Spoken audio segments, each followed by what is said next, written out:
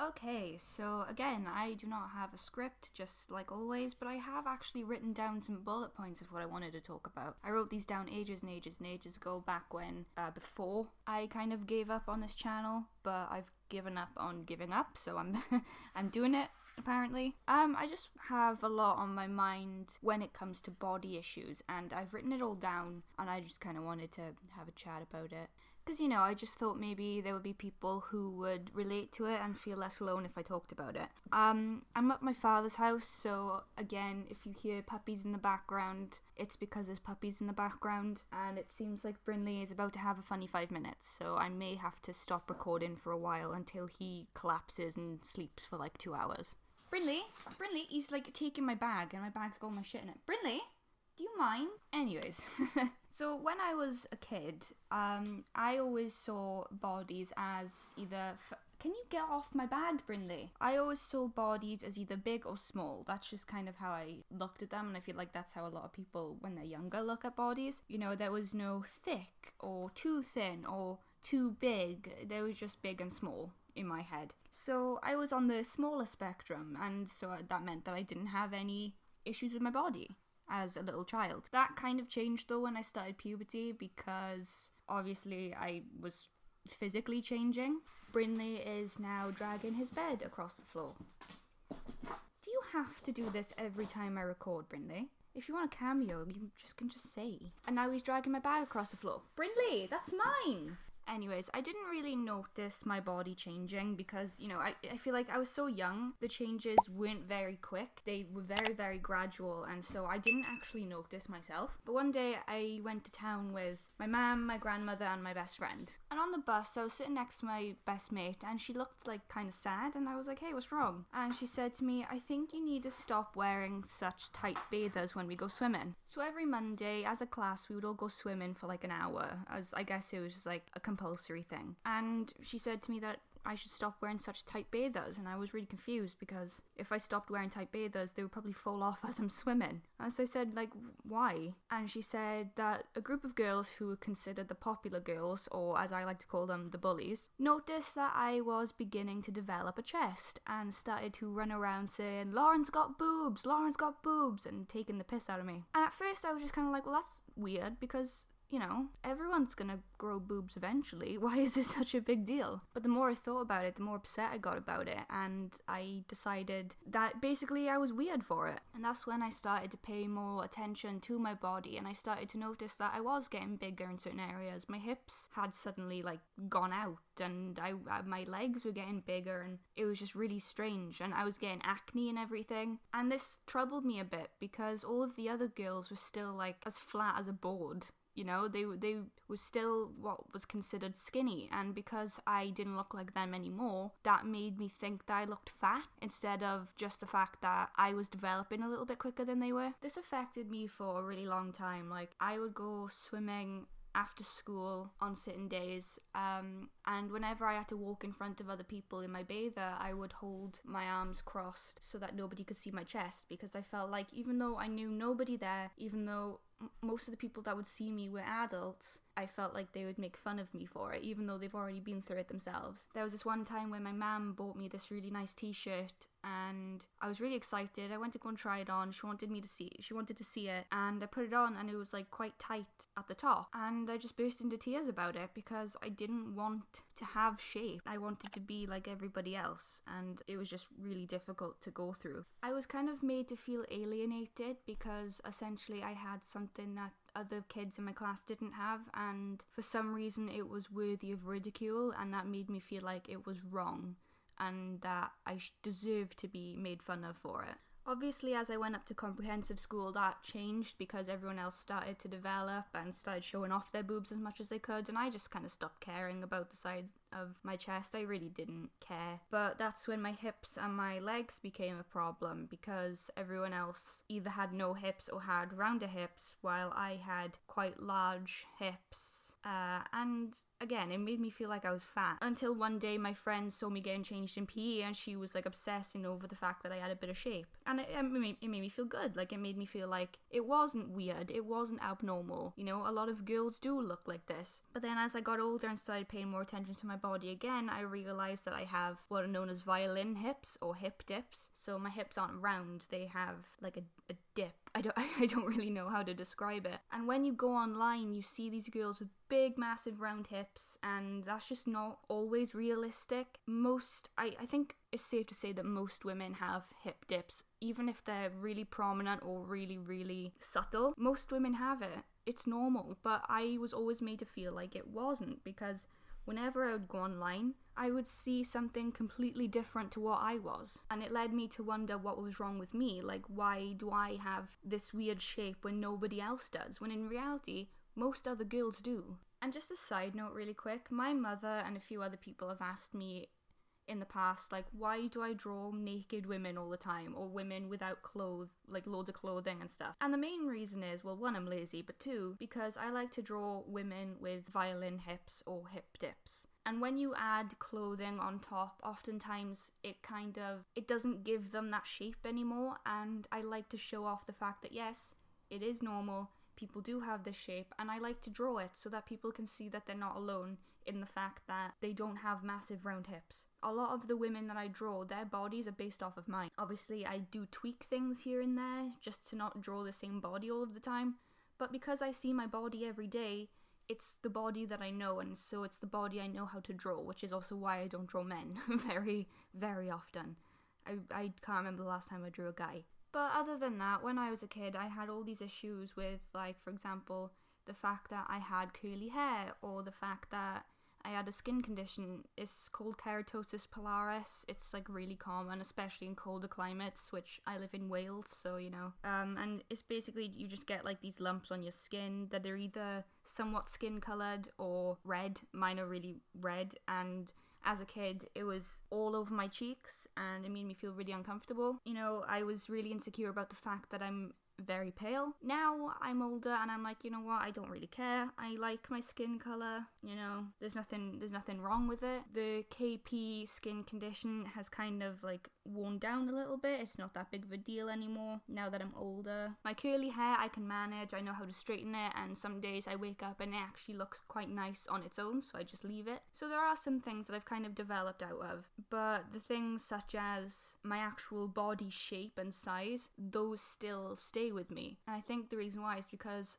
in my head when I was a kid, it was that I was fat. I was just constantly thinking, I'm fat, I'm fat, I'm fat. When now that I'm older, I know I'm not fat, but I still can't get out of the mindset that I need to lose the weight. And I think what the sad thing is the fact that I could see other women my size. I could see women bigger than me, and I would think, oh my god, you are absolutely stunning. Like, you could spit on me and I would say thank you, you know? But I can't see myself in that way. I can't see myself and think, wow, look at you. You are one sexy beast. Like, and, you know, the people around me find it so bizarre. They're just like, why would you think that you're big? Why would you think that you need to lose weight? I don't understand. I don't understand it either. It's just how I've always been since I first started puberty. And this was a long time ago. This was like a decade ago now. And sometimes it makes me wonder if I'm even seeing what other people are seeing. You know, when other people see me, they either think that I'm beautiful or they think that I'm underweight. But when I see me, I'm just like, ew, I need to lose weight. You know, it's horrible. It's a horrible feeling. Because when I see women my size or bigger, I don't think, oh, they need to lose weight. It's only when I think about myself, and I hate that. I mean, I'm glad that I don't look at someone and think, haha, this person needs to lose weight, because that would be kind of sucky. But the fact that I'm constantly thinking about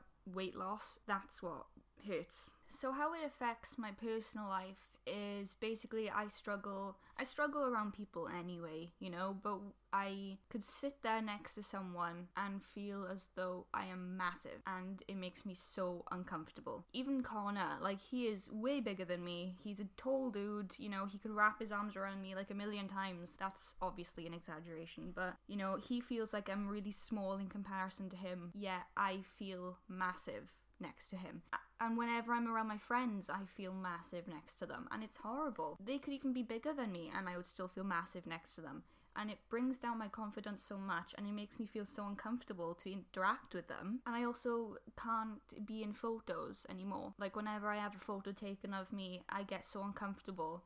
I can't look comfy in a photo anymore. I can't look like I'm enjoying myself. I look like I'm scared in photos. Like I look like I'm about to burst into tears, and that is horrible. I go through my days body checking constantly. Whenever I'm walking past a mirror or some sort of reflective surface, like a window or anything, I gotta look in it. I have to look to see if, have I suddenly gained 7 pounds in the last 10 minutes? For no good reason at all. It's just constant all of the time. I'm on the verge of being at an unhealthy weight for my height. Yeah, whenever I lose weight, I feel so elated with myself. If I gain the weight back, I freak out. And when people tell me, hey, you've lost weight, I'm worried about you, you need to eat, instead of me going, oh, whoops, I accidentally lost weight, I need to eat, I go, yes, I'm glad that you noticed. Thank you for telling me that. Someone could literally say, I'm worried about your health, I'm afraid you're going to die because of how thin you are, and I would take it as a compliment rather than a concern. And I know that that is completely screwed up, but that's just how my brain works. And don't get me wrong, I get compliments. People compliment me on my appearance all the time. Recently I've had so many on YouTube, people call me beautiful and stuff, but something that I think people need to realise, especially when it comes to body conscious people like me, is that you can have 1,000 compliments in a day, but it only takes one insult to completely demolish that. And the fact of the matter is, while no one's insulting my appearance anymore, I am. I'm insulting my appearance. And so 1,000 people could say, Lauren, you're beautiful. I can look in the mirror and be like, oh dear, I look ugly today. And then that's it. You will not change my mind. As I've mentioned, the internet really doesn't help either, because you get all these fake people, right? But not only that, you get videos about how to be confident and how to just love yourself, and it just doesn't work. It really doesn't work.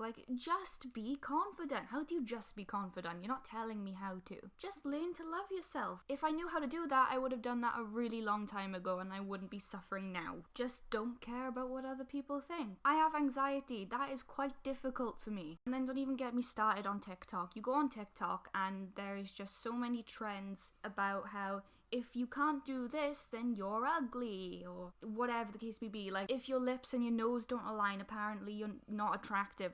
Who has a tiny nose and massive lips that isn't a Bratz doll? Whose lips and nose align? Not very many people.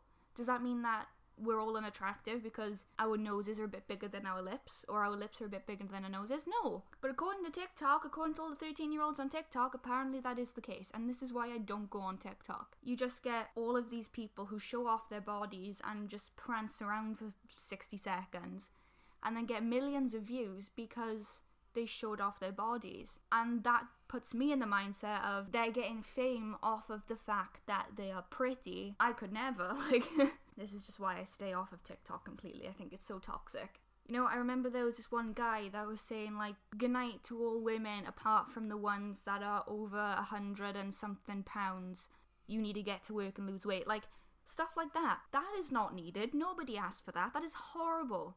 What a horrible, horrible thing to say. And that put me in such a bad mood for the rest of the day. That is so nasty. You have no idea why someone is overweight or underweight. You cannot just say, oh, they eat and they just sit all day, or they starve themselves and they run around all day. You can't just decide why someone's body looks the way it looks, and you can't hate on them because of it. And then you have the fake activists. I'm friends with someone on Facebook. We used to be friends in school, and she went from making fun of a kid for eating McDonald's while he was overweight and making fun of women who have enlarged labias to then saying, you should never insult someone's body. Your body isn't your worth, blah, blah, blah. And I was just this was within a few days of each other. And I was just do you not understand the hypocrisy, or are you just trying to upset people? Alongside that, what really doesn't help with my body issues is when people just casually comment on my body. For example, the fact that I have small boobs. People like to mention the fact that I look flat-chested, when in reality, I'm not, or at least I wasn't. I have lost weight since. But I also wear really baggy clothing so nobody can see my body. I'm wearing clothing to avoid having my body being looked at and talked about, and yet you come into my face and making fun of me for having small boobs. I hate it when people say, oh, you've gained weight, you look so much better. Like, that really affects me, because in my head that is you saying, oh god, you've gained weight, you're so fat.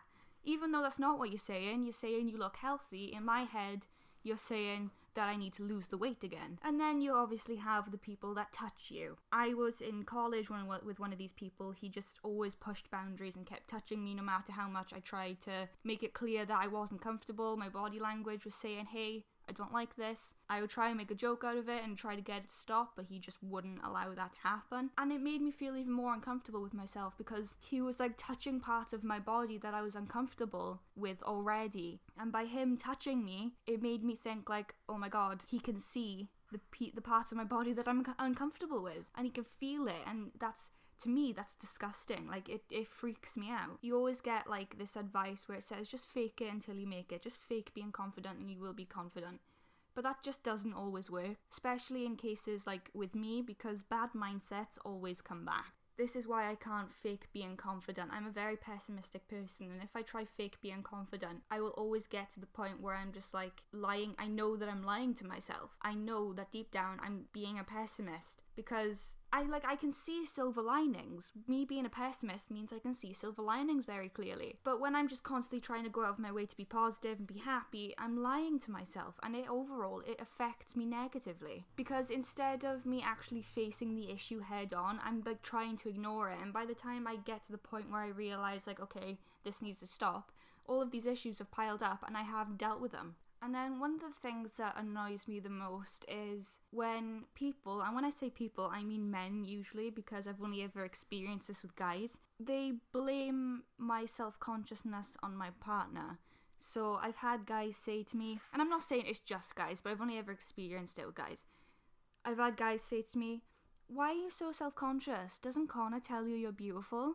Doesn't Connor do this for you? Doesn't he do that for you? Doesn't he make you feel good? Blah, blah, blah. And I'm like, well, first of all, yes, he does tell me I'm beautiful. He tells me every day. And second of all, it doesn't matter. I was self-conscious before I even knew that Connor existed. Him just showing up in my life isn't going to change that overnight. I'm the one who has to change that. And quite frankly, I don't actually know how. But it's not Connor's job to change my way of thinking. It's not Connor's job to convince me that I'm beautiful. He can tell me 1,000 times a day, like I said, but until I'm in the mindset to accept it and believe it myself, it's like you're just talking to a brick wall. It's really just falling on deaf ears. This video ended up being a lot longer than I expected it to. Whenever I do write down bullet points for videos, I just sit there and think, oh my god, this video isn't going to be very long. It's going to have no substance. I'm going to get through it in 5 minutes, and then it ends up being like half an hour long. So I'm glad that it wasn't that long, but I'm sorry that it was as long as it is.